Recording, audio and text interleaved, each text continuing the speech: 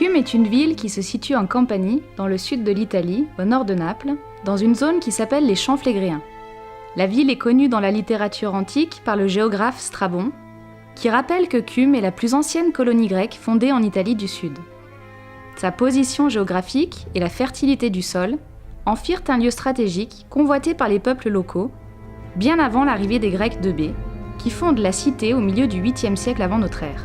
Quelques siècles plus tard, en 334 avant notre ère, la ville obtient la civitas sine suffragio, c'est-à-dire la citoyenneté romaine sans le droit de vote. Elle atteint l'apogée de sa puissance politique et de son expansion urbaine durant la période romaine et jusqu'au IIIe siècle de notre ère. À partir du VIe siècle, la ville est progressivement abandonnée et finit par tomber dans l'oubli, jusqu'au XVIe siècle, quand les antiquaires et les érudits s'intéressent à ses vestiges. Il s'ensuit plusieurs siècles d'exploration incontrôlée de la ville antique, et ce n'est qu'à la fin du XXe siècle que de véritables fouilles suivies et organisées sont programmées par Stefano De Caro, alors surintendant archéologue de Naples et de Caserte. C'est dans ce contexte que s'insère le programme de recherche archéologique sur la nécropole romaine, financé par le ministère des Affaires étrangères et conduit par le Centre Jean Bérard, une unité de service et de recherche du CNRS et de l'École française de Rome, basée à Naples.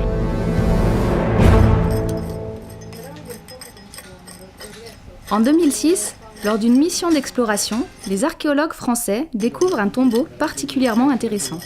Siamo qui in un mausoleo romano del III secolo d.C., posto fuori le mura della città di Cuma, che non si limita, come si pensa da solito, all'Acropoli, il monumento che si visita usualmente, ma che ha una città in età romana, in età greca e in età romana, molto più estesa di Pompei, fa qualcosa come 120 ettari di superficie, e le ricerche che stiamo facendo adesso sotto la direzione della Soprintendenza di Napoli con altri colleghi dell'Università Federico II, dell'Università Orientale di Napoli e noi, quindi un centro di ricerca francese, hanno lo scopo di scoprire questa città bassa, completamente sconosciuta del grande pubblico, e che vogliamo quindi aprire, preservare già e aprire al pubblico. La necropoli romana di Cuma si distribuisce lungo 3 assi stradali che escono da questa porta mediana, uno che è quello più antico ma che risale all'età arcaica e si dirige verso nord, e ci sono invece 2 nuovi assi che vengono costruiti e sistemati nella seconda metà del I secolo a.C. al di sopra della colmatura del fossato di età più antica, e lungo questi 2 nuovi assi stradali, uno poi ripercorso successivamente dalla via Domiziana, che si sviluppa tutta la necropoli romana, in età romana. Noi in questo momento ci troviamo in uno dei monumenti quindi principali di questa necropoli romana, che è uno degli ultimi esempi costruttivi. È un monumento quindi dei primi decenni del III secolo d.C. ed è un monumento particolarmente importante perché è situato immediatamente al di fuori di questa porta mediana, ed è un monumento anche di particolare importanza per la tecnica costruttiva che è stata impiegata. Infatti è costruito all'esterno in laterizio, quindi in mattoni. Ha 2 facciate monumentali che sono la facciata sud e la facciata est, presenta delle facciate lavorate ed è costruito su un grande podio. La tipologia del monumento è quella del mausoleo a cella, è un monumento che è destinato ad accogliere delle inumazioni, è un monumento che ha un solo livello, un unico ambiente, ed è organizzato, come diciamo, per raccogliere delle inumazioni che si fanno sotto degli arcosoli, quindi sotto delle nicchie, nelle quali venivano deposte i sarcofagi o comunque delle casse in legno con gli inumati. La même année, les peintures sont restaurées et une couverture est installée au-dessus du monument pour les protéger des intempéries. Alors l'intérieur du monument est entièrement décoré à fresques, et on peut voir dans les 6 arcosolia différents décors. Les arcosolia, donc c'est-à-dire les niches, fonctionnent par paires. Nous avons dans une première paire qui se correspond des oiseaux de type colombidé qui sont disposés autour d'un panier en osier qui contient des fleurs. Puis dans une autre paire d'arcosolias qui se font face, encore une fois, nous avons des néréides qui sont sur des animaux monstrueux marins. Nous avons une première néréide qui se trouve assise en Amazone sur un cheval marin. Et puis en face d'elle, une autre néréide qui est vue de dos et qui tient le taureau marin par la corne. Enfin, au fond du monument, nous avons deux arcosolias qui représentent un pan qui fait la roue, donc de face, et un autre pan de profil. Autour de ces pans, il y a aussi des paniers en osier qui sont remplis de fleurs. Alors les thèmes sont bien connus dans le monde funéraire, comme le thème du pan qui représente l'immortalité. Et on pourrait voir aussi une allusion dans le panier renversé d'où tombent les fleurs au rapt de Perséphone, un autre thème qui est amplement utilisé et diffusé dans le monde romain funéraire. En revanche, les néréides, qui sont des divinités bienfaisantes dans ce cas-là, sont considérées comme des accompagnatrices du mort dans l'au-delà. Enfin, on a sur les 3 piliers, dont 2 sont conservés, le bas de figures masculines. Ces figures masculines pourraient être les génies qui accompagnaient les Romains de leur naissance jusqu'à la mort et qui, dans ce cas-là, seraient aussi considérées comme des divinités protectrices. 6 ans après la découverte du tombeau, dans l'attente de la réalisation du parc archéologique et face au risque de dégradation du monument, des questions se posent. Que vont devenir ces peintures ? Comment concilier conservation et présentation au public du patrimoine archéologique ? Nous allons suivre ensemble cette passionnante enquête scientifique pour trouver une solution en vue de la préservation de ces exceptionnelles peintures murales. Tout commence en 2011, quand les autorités archéologiques s'alarment de l'état de conservation des fresques. Le Centre Jean Bérard, en collaboration avec la surintendance archéologique, entreprend alors une mission d'études interdisciplinaire destinée à croiser les résultats d'analyse de différents spécialistes. Archéologues, restaurateurs, architectes, biologistes, physiciens et chimistes, pour tenter de trouver la solution idéale pour conserver ces peintures. Ce projet à vocation didactique a impliqué la participation d'étudiants qui se sont formés sous la conduite d'experts de différentes disciplines.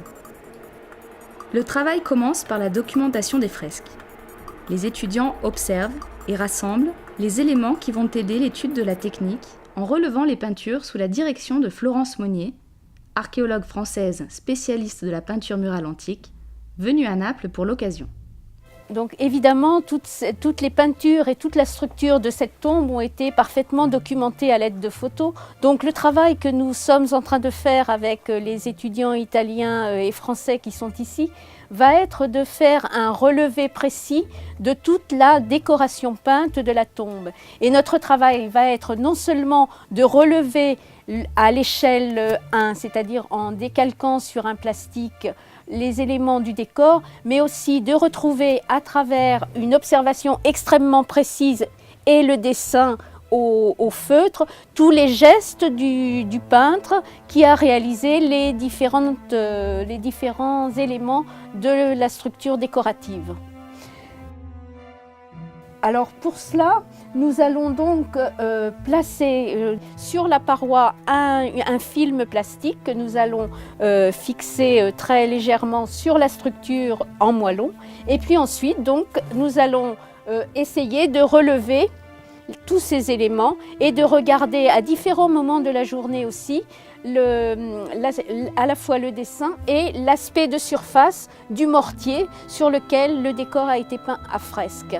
Un autre élément très important de notre travail en dehors de notre regard, c'est aussi la lumière, puisque c'est cette lumière qui va tantôt mettre en évidence la couleur, tantôt mettre en évidence la matière et le grain de la peinture. Donc là, nous avons vraiment des informations extrêmement intéressantes pour comprendre la technique des peintres du IIIe siècle et donc la manière dont ils ont travaillé depuis le haut vers le bas en s'aidant de leurs mains pour faire des traits beaucoup plus simples, beaucoup plus droits, et puis comment ils ont mélangé les couleurs, superposé les couleurs pour faire ce magnifique décor.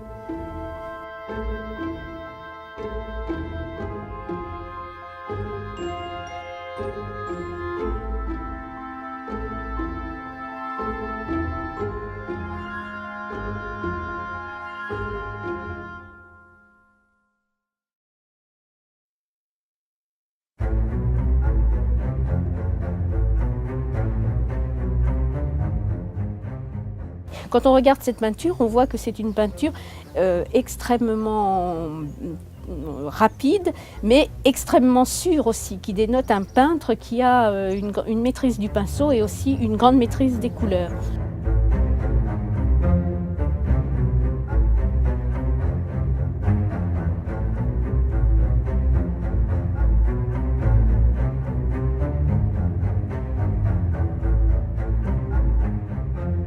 Cet instrument, ça s'appelle un compte-fil, qui est utilisé normalement pour compter le fil sur les tissus. Mais nous, on l'utilise comme loupe pour regarder les détails qui se trouvent sur les fragments. Et souvent, sur les fragments qui sont... pour aider au remontage, sur les fragments qui sont unis, comme des blancs ou comme des tout rouges, pour regarder le sens du lissage, c'est-à-dire de l'artisan qui est venu talocher le mortier et qui a laissé en fait des traces de lissage sur l'enduit. Les stagiaires reçoivent également une formation théorique sur le terrain. Des spécialistes venus pour étudier le tombeau leur montrent comment utiliser les outils nécessaires aux différentes analyses. En premier lieu, des chimistes de l'université de Modena effectuent des prélèvements de pigments qu'ils examineront ensuite dans leur laboratoire.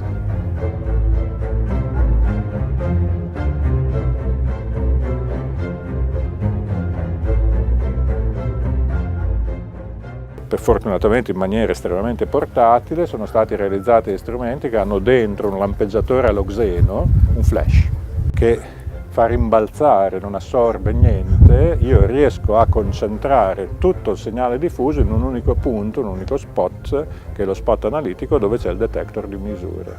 Quindi intensifico molto la raccolta del segnale.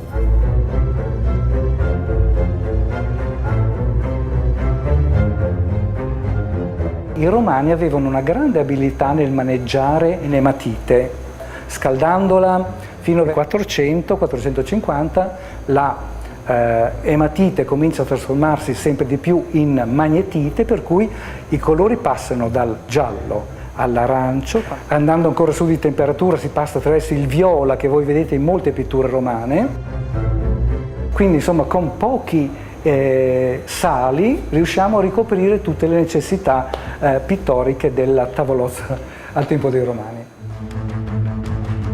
È una strumentazione in grado di dirci quali elementi sono presenti in una matrice, in un pigmento, in un qualunque campione vogliamo analizzare. Una composizione è stata effettuata quasi certamente preparando la superficie del campione con un bianco di piombo e poi applicando del pigmento a base ferro. Le monument est relevé en 3 dimensions grâce à un appareil issu des dernières technologies, le scanner tridimensionnel. L'appareil, placé sur un trépied au centre du monument, mesure et enregistre à l'aide d'un faisceau laser des milliers de points et de mesures en haute définition sur 360 degrés. Quelques minutes suffisent. Le nuage de points sera ensuite lu par un logiciel spécifique et permettra de reproduire dans les moindres détails l'environnement du relevé.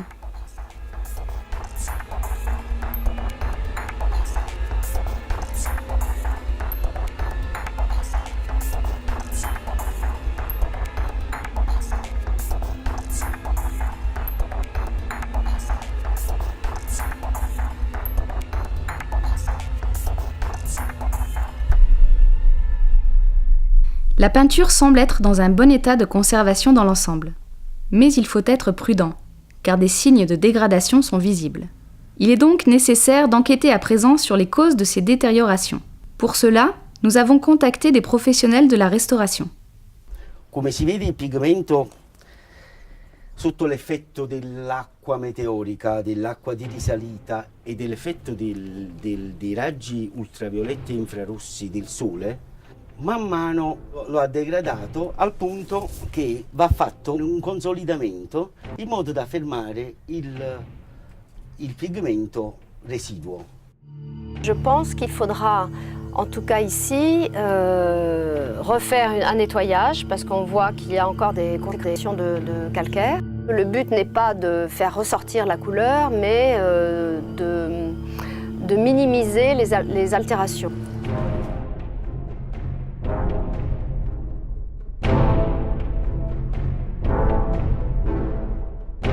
In generale, quando si affronta un problema di restauro e poi di esposizione di manufatti, si inizia sempre con uno studio di tipo microclimatico ambientale. Anche nei siti archeologici è opportuno iniziare con questo tipo di analisi, proprio perché diciamo, la vita, in questo caso di questi dipinti murali, dipende proprio da come questi dipinti murali, dopo il loro scavo, dopo il loro ritrovamento, vengono esposti. Lo studio ambientale dei siti archeologici è probabilmente il più complesso, proprio perché le condizioni sono particolarmente severe, perché i parametri che si devono tenere sotto controllo sono di più di quelli che in generale invece devono essere tenuti sotto controllo in un ambiente chiuso, in un museo. L'altro problema, che è più un problema geologico però di carattere generale, è vedere la profondità della falda, le oscillazioni della falda e studiare la risalita capillare per verificare se eventualmente è opportuno fare degli interventi di isolamento della parte superiore della struttura muraria dalla parte inferiore, quindi limitare la risalita d'acqua capillare facendoci delle barriere. E siccome qui c'è una falda, la risalita d'acqua capillare potrebbe essere connessa alla falda profonda, ma ci sta poi anche una circolazione superficiale, cioè quando piove tenete presente che uno scavo di questo genere è un punto di drenaggio di tutte le acque che cadono qui intorno. La distribuzione delle colonizzazioni biologiche è localizzata prevalentemente nelle aree dove l'acqua ristagna più a lungo. Moltissimi organismi e microrganismi possono infatti colonizzare le superfici dei beni culturali e arrecare danni consistenti, in quanto questi agenti biologici possono metabolizzare i materiali costitutivi delle opere d'arte o con la loro crescita possono mascherare e quindi creare un danno di tipo estetico. Ecco, quindi là sono alterazioni di tipo biologico, ancora le parti verdi, diciamo così, e di nuovo queste invece che sono proprio delle efflorescenze, ossia queste macchie bianche, diciamo, sulla superficie dipinta, che possono essere sali sia da evaporazione che da deposizione. Quindi gli ambienti conservativi selezionano le specie biologiche che possono crescere sulle opere d'arte. Ovviamente, come in natura, maggiore è la quantità d'acqua e maggiore sono le specie biologiche che possono crescere sui monumenti. Essendo il sito di recente scavo e mantenuto e pulito, in effetti noi non arriviamo ad avere l'estrema fase di colonizzazione delle piante, quindi abbiamo soltanto questi batteri fotautotrofi chiamati cianobatteri, che sono appunto i primi colonizzatori, che si instaurano nelle zone dove gli affreschi sono peggio conservati o dove ci sono delle fessurazioni, quindi nelle quali l'acqua può permanere. Lo studio microclimatico ambientale dovrebbe prevedere di nuovo il rilevamento della temperatura e dell'umidità relativa, della temperatura di superficie dei dipinti e dunque per valutare le differenze di temperatura che si possono avere fra l'aria e la superficie. Questo tipo di studi vengono normalmente condotti per un intero anno solare, proprio perché quello che è interessante è la caratterizzazione nelle diverse stagioni del comportamento microclimatico delle varie parti del luogo in studio. Le contexte géologique propre aux champs flégréens peut également amplifier les risques hydrologiques. Le phénomène du bradyséisme est à l'origine de mouvements de sol qui peuvent entraîner une remontée de la nappe phréatique. Le professeur Morra, directeur du département des sciences de la Terre à l'Université de la Federico II de Naples, nous reçoit dans son bureau pour nous l'expliquer. I Campi Flegrei sono caratterizzati da molteplici esplosioni negli ultimi 70-80 mila anni, però bisogna ricordare che fenomeni che richiamano un'attività comunque non sopita dei Campi Flegrei sono ancora evidenti. Basti ricordare il fenomeno del bradisismo che ricorrentemente si percepisce in questa città con variazioni sia positive che negative della crosta. À ce stade de l'enquête, après avoir examiné la majeure partie des risques, quelles conclusions pouvons-nous tirer ? En tout cas, quand on voit aujourd'hui l'état de conservation, je dois dire que si on doit faire une échelle, il y a excellent, très bon, bon, moyen, et je pense que c'est vraiment un ensemble de peintures murales qui est dans un bon état de conservation. Donc ce serait vraiment dommage de sortir ces fresques de leur contexte, et il suffirait donc il vaut mieux engager un programme de restauration in situ et puis après, avec les archéologues, les architectes, voir si c'est possible évidemment de préserver ces œuvres en mettant évidemment, comme ça va de soi, un toit pour protéger de la pluie, du soleil, du vent, des personnes qui viendraient éventuellement. Pour faire suite aux observations plutôt positives des professionnels, une opération de nettoyage est programmée pour redonner à la peinture tout son éclat. Abbiamo realizzato degli impacchi quindi con polpa di carta caricati di un biocida capace di eliminare le tracce di muschi, licheni e quindi con un raggio di azione molto ampio e eliminati gli impacchi sono state spazzolate le superfici al fine di eliminarne ogni traccia e lavati con acqua demineralizzata. Sono stati infine realizzati degli altri impacchi con polpa di carta e acqua demineralizzata al fine di estrarre tutti i sali presenti sulla superficie. Il faut maintenant réfléchir aussi à la construction d'une couverture adaptée qui puisse protéger les peintures des agents atmosphériques. Il y aurait de nombreuses solutions architecturales pour protéger et mettre en valeur ce monument. L'idée d'une d'entre elles nous est venue par ce que nous ont dit les chimistes et les biologistes pour la conservation des peintures. Il faudrait pour cela arrêter la lumière, mais aussi permettre une ventilation importante pour assécher et éliminer l'humidité. La solution que nous avons donc imaginée consiste en une structure métallique qui supporterait des panneaux de briques.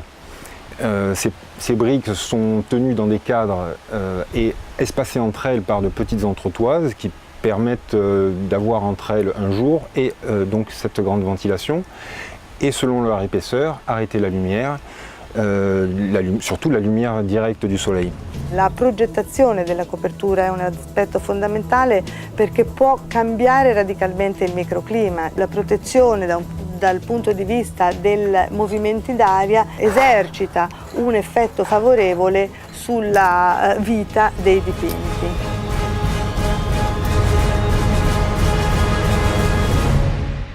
Le bilan de cette recherche pluridisciplinaire expose clairement les nombreuses difficultés liées à la bonne conservation des fresques à l'intérieur du tombeau. Mais les conclusions sont loin d'être négatives. Le Centre Jean Bérard s'engage pour les mois à venir à tout mettre en œuvre pour la conservation de ces peintures murales. Depuis que je suis arrivée, nous avons travaillé et réfléchi à l'hypothèse de conserver ces peintures en place. Et après mûre réflexion, après consultation des experts, des scientifiques, des chimistes, des archéologues, des restaurateurs, nous avons pris la décision de les laisser en place pour permettre à un public futur, quand le parc archéologique sera aménagé, de les voir. Je crois que rien ne remplace la réalité des peintures dans leur contexte.